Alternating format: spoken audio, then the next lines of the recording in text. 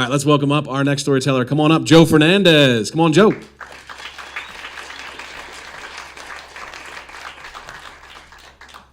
Thank you. A friend of mine asked me recently if I believed in fate, destiny, or coincidence, so I told her this story of Doug.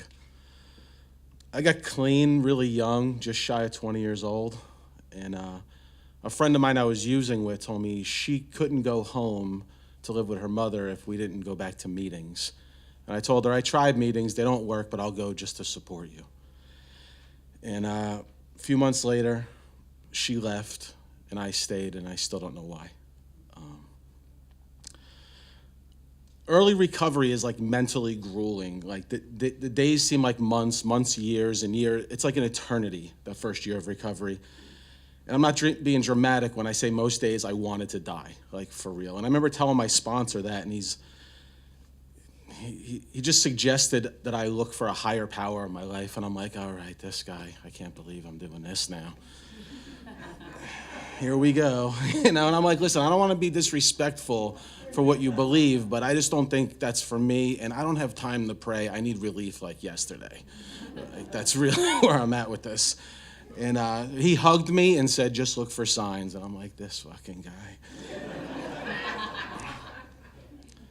That night at a meeting, this guy Doug spoke on step 2, which is we came to believe that a power greater than ourselves can restore us to sanity.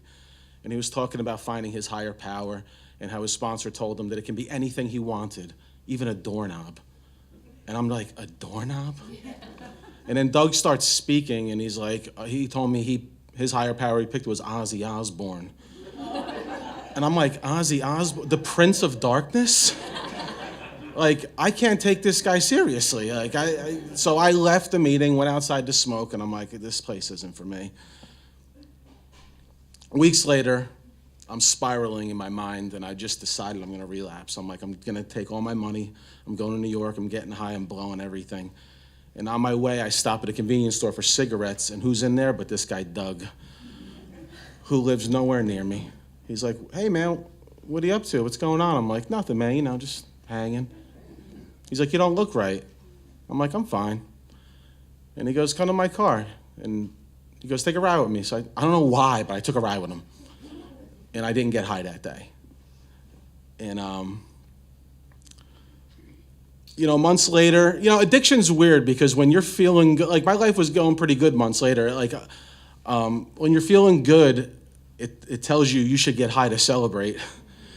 And when you're feeling like crap, it's like, let's go deeper. And that's like how, so there was another day came. I don't remember what my problem was that day, but I decided I'm gonna relapse. And you're supposed to call someone first. I'm like, I'm not calling anybody. And I remember I skipped the store because I'm like, I'm not running into anybody like Doug. So I get onto the turnpike. I get into the toll booth of the turnpike. I hear, yo, man, what's up? I look over, it's Doug.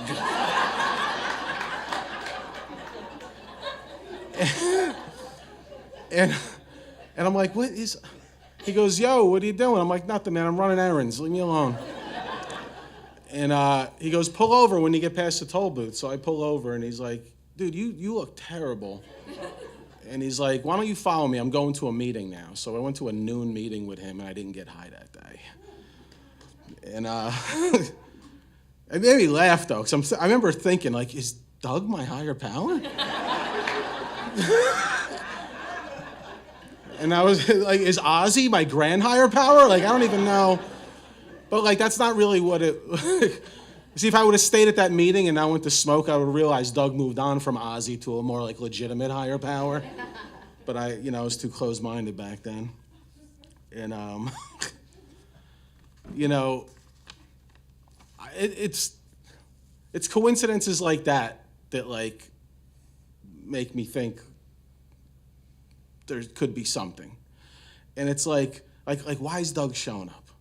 You know what I mean? Like, is it a higher power in my life? Is it coincidence? I don't know. Like, I don't try to identify it because I feel like it makes it really murky. I just go with it.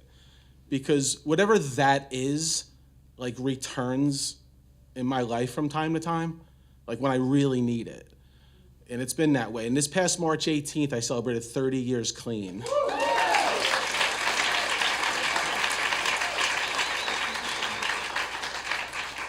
And when I saw this come through my Facebook feed for the storytelling, which striking gold, and like the prompt was striking gold, and what did you do with it? And I was thinking that this is what I do with it. I tell parts of my story when the opportunity presents itself, because I feel like maybe I can reach somebody who may be struggling and tell them that there is a way out and there's like a beautiful life waiting for them if they just surrender. And thank you guys. Let's keep it going for Joe. Warm round of applause.